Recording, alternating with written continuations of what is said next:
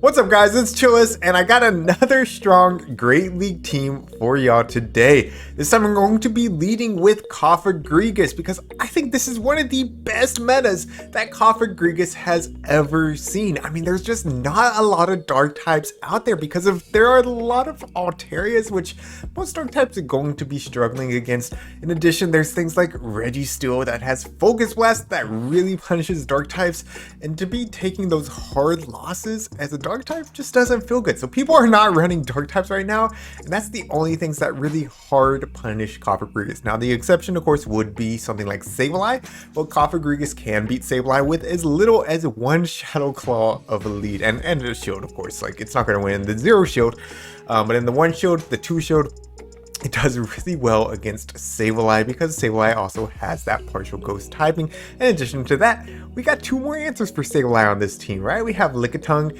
as one, and of course Scrafty as the other. You're going to want to shield up the return if you're the Scrafty user, but outside of that, it's a pretty one-sided matchup. So we're going to jump on into some of these battles.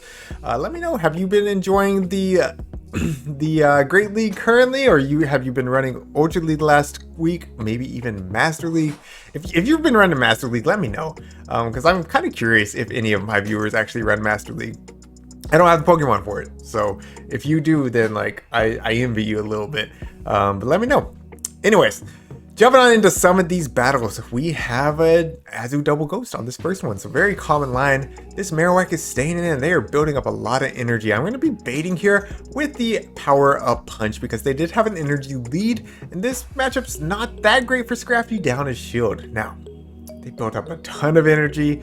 That tells me one thing. They're going for the Fire Blast. We're shielding it up, and yes, it was the Fire Blast. We get the shield off. Now we can go for the Foul Play. Do they respect the damage right here? They do. That's perfectly fine. Cofagrigus coming in, making it to the Shadow Ball. One ghost, taking out another. You love to see it. That's going to be a GG's. Well played to my opponent. One more Shadow Claw for the Sableye. All right, jumping on into battle number 2. All right, so I know y'all know Grasshole is back in full swing. Can this team beat Grasshole? Now, Cofagrigus does not win against Victory Bell in the 1 shield, so I'm going to go straight for the Psychic, and I would probably have to dip at some point as well, but they actually catch it on their Bastiodon. I'm like, okay, you know what? That's fine. I have a very hard punish for this Bastiodon, so I'm going to go ahead, build it back up to a Shadow Ball or Psychic. We'll see which one I need in the end game, and I'm going to come in with my Scrafty. Scrafty's going to tank that Flamethrower like it's nothing, and we are just going to commit to the hard farm down here. Look at that. We're leaving with basically 100 energy, and they're going to come in with Medicham. So we can punish Medicham with these foul plays.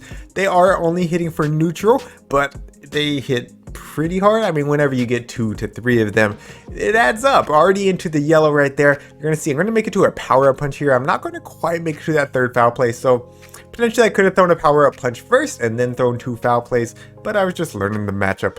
It was my first time playing it.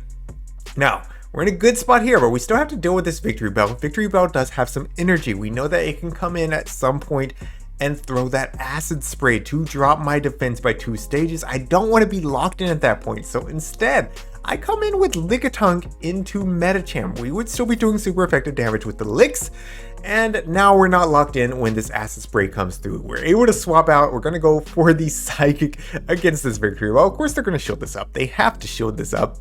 But the Victory Bell is already at a pretty low health. We can commit to the lick down here. We'll almost have 2 body slams when this Medicham comes back in. Can we make it there before they counter us down? Look, we could even lick down, honestly. If we really wanted to, we could have just committed to the lick down here, but we got back-to-back body slams. So we throw the first one, and they see the writing on the wall, and they concede the match. Well, not really concede, but they let it go. So GG's.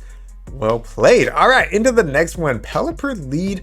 They swap out into Registeel. Now, I think I mentioned this. Cofagrigus does beat Registeel in the 1 shield. However, I would like to keep my Cofagrigus on that Pelipper, so we're going to be swapping out into Scrafty. Now, after I swapped, I was like, you know what's a really popular team, or at least was a few seasons ago? Pelipper double steal. I bet you this is going to be one of those lines. So we're going to go ahead and go for the power up punch here. But we're going to protect this Scrafty at all costs because Lickitung generally doesn't do that well against steel types. Like, it's not horrible, but it's not great. So we're going to go ahead, throw up a second shield on Scrafty, leaving with a lot of energy, and we are still one stage buffed, right? Our attack has risen by one stage, dropped again by a zap, and then up once again. So we're gonna land that foul play. It does so much damage to Pelipper. Like, that's nasty. We're gonna go ahead and just commit to the farm down here because of we know that they can't one-shot us with any one move. And they go for the weather ball. I think they should have just gone straight for the hurricane, but I guess they're thinking maybe the weather ball would come in useful later on. And so yes, we were correct. It is going to be a double steal line. It's going to be a Galarian Stunfisk in the back. So we're just going to be pumping out these shadow balls. They would do a ton of damage if they connect, just like that one did, right? It does over 50%, or at least with the shadow claws, over 50% of the Stunfisk's health, which is just beautiful, right? Because now they can take me out. They go for the rock slide, and they don't quite take me out, but they do get the mud shot down, which is a little bit unfortunate, right? Because now they have an EQ ready. If I bring in Scrafty, that EQ is pretty much going to take us out. So I'm going to go ahead and just soak the damage here on Lickitung. I probably didn't have to do this. I probably could have just made them dump their energy and then lick down.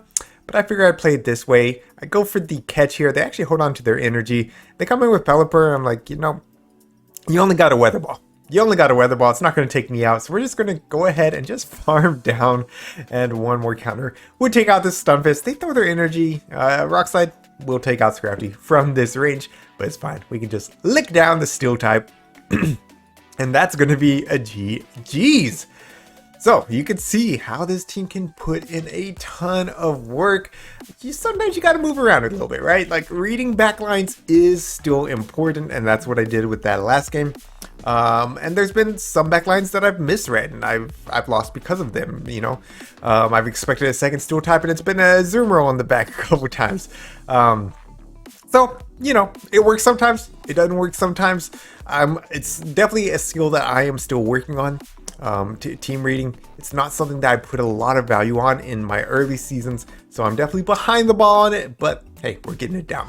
All right, so Stunfisk lead, we definitely want to keep our Cofagrigus healthy in case they have something like an Azumarill or an Altaria in the back, which is fairly common. So I will go ahead and shield once, chip and dip. Now I make a really bad misplay right here. I throw on CMP. I meant to throw one turn before they got to the EQ. Instead, I throw on CMP, and I don't want to give up my second shield, so we take a ton of damage from that Earthquake. Again, my Lickitung, I know I've talked about this every video that I've put Lickitung in. My Lickitung's not bulky, right? It's the hundo, so it hurt. Regardless, we do lure out the Azumarill. I'm sorry, y'all. I got something in my throat. I just ate dinner. We go ahead and shield up what I thought was going to be a play rough, and they went straight for the Gauntlet with the Hydro Pump. So great shield right there. This is still an uphill battle though. If they shield this next Shadow Ball, they could potentially just sweep my team with Azumarill if they also have play rough. Still, I make it to the Shadow Ball. They let it go. Are you kidding me? That is so good for me. But in the back, they have a Trevenant. And again, Scrafty's good against the Ghost, but it's not great because we're doing double resistor with the counters. We are down a shield. I'm going for the bait right here. So does this power up punch get the final shield? Yes, it does. That is beautiful for me because I think otherwise they would have outpaced to the third Seed Bomb. But this way I can make it to the foul play. Now I think they should have gone Shadow Ball right there. Shadow Ball does do slightly more damage and it might have been enough to take me out. So I lucked out that they went straight for the Seed Bomb. We make it to the foul play and that's going to be GG's. Well played. I honestly really lucked out about the Azumarill, but hey, we'll take it. All right, into the next one. Cofagrigus up against Medicham. Now, some of y'all probably know this. I didn't know this at this time, but if you see a Medicham lead and a Lickitung safe swap, you should not be bringing out your fighter, right? This is a team that Jonkus put out a few days ago that got him to legend. He climbed an insane amount with this team. It's going to be Bastiodon in the back, and we just brought out our best Bastiodon answer. So this is good so far, but we're going to have to find a way to deal with Bastiodon. Now, if you see that swap in and you're playing this team, here's what you do. You stay in with Cofagrigus, you throw the Psychic into their Lickitung, and then you come in with your own Lickitung. Then it's just easy claps from there on out. I didn't know, so I came in with Scrafty, and now we're just going to be able to chip away at this Medicham. Luckily, Medicham can't do too much to our Cofagrigus. Yes, they can throw Psychic. Yes, it will hurt, but again, the counters are double resisted. They're never going to take out our Cofagrigus. So we eat the Psychic, and there it is. There's the Bastiodon. We're going to be going straight for the Shadow Ball, hoping that we can claw our way out of this situation. I know I need to do as much damage with this Cofagrigus as possible. I know that I can lick down that Medicham in-game if I need to. So I go for the next Shadow Ball. Now I do have to come in with Lickitung at some point, and I will go ahead and start investing shields. Stone Edge wouldn't do that much to Lickitung, but I gotta use my shields at some point, and I think that Medicham is low enough that I can lick them down before they get to another Psychic. If they get to an Ice Punch, no big deal. A Power Up Punch, no big deal. They won't get to a Psychic. I am confident about it. As you can see, I'm thinking right there. I'm like, you know what? This is going to do the most damage. We throw up the shield, we lure the Medicham back out, and we get the hard farm down. Now we have a Power Whip ready to go, but I'm going for the bait because the Power Whip would just about be lethal from here, and they call the bait. Are you absolutely kidding me? Like, what? Who calls that? They do. So now we're going to go for another Body Slam. It's double resisted, but hey, we'll take the chip. And they just don't show it at that point because they're like, hey, if I showed that, maybe I have to eat a Power Whip. We come in with the Cofagrigus just to flex there, and now we just get the lick down. So, big misplay by me because I did not read the team correctly that time, but now I have learned and I play it better. Still able to make our way out of it. All right, into the next one, up against a Walrein lead. So we have two better answers for Walrein in the back. Cofagrigus can do just fine against the regular one. I think the Shadow one beats Cofagrigus. I mean, the Shadow one's tough for a Lickitung to deal with too, so to be fair. And it even gets a shield from Scrafty. Shadow Walrein's just busted. I wish I had one. I wasn't that worried about it when it was community. I was like, I got a regular one. The Shadow one's not going to be that different. Man, it's so good. It's so good. The Icicle Spears just do way too much. Like, we need Icicle Spear nerd just because of that one Pokemon. I mean, in general, it's a busted move. Anyways, we lure out the Nidoqueen, and see, here I am trying to make reads again. I'm like, we've seen a Walrein in the lead, and we see a Nidoqueen. They have to have a second fighter answer in the back. So we're going to go ahead, soak all this damage onto our Scrafty. Didn't want to have to worry about shielding a potential Earth Power on our Cofagrigus. And now I'm going to come in, clear that debuff, and claw down. This is just a Poison Fang, no big deal. But in the back, it's a Sableye. So big misread by me, and then I go for this big bait looking for the defense drop. This is way too risky. Don't do this. Like, if they would have no-showed that's a double resisted Psychic. It would have completely lost me the game. I would have just top left it right then and there. But regardless, we make it to the next Shadow Ball. We get both shields off them. We have Scrafty at very low health. Can Scrafty clutch up right here? Remember, the Walrein, not a lot of health. We did land the Power Whip on them, but we do have to shield up two double resisted foul plays, which just feels so bad. I'm going to get them one Shadow Claw away from their next foul play. Remember, it's 6 Shadow Claws to the first 2, and then 5 to the third. We go for the foul play, and they live with literally 1 HP, and they get the next foul play off, which is lethal. So GG's, well played to my opponent. Very unfortunate. I will say that the games that I lost that weren't because I misplayed them, they've all been like that. They've all been very close. Now, we do see the most horrible lead that we could possibly see, which is going to be an Umbreon. We can't do anything against it, so we do swap out into the Lickitung, and we're going to be fighting hard for Switch right here.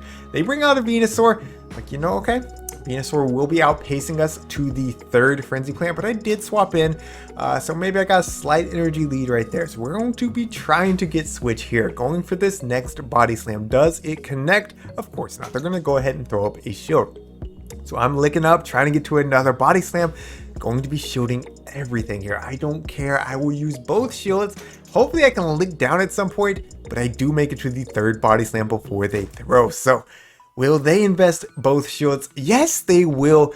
These Vine Whips not doing too much. We just have to lick them down before they get to a fourth Frenzy Plant. So we showed up that one.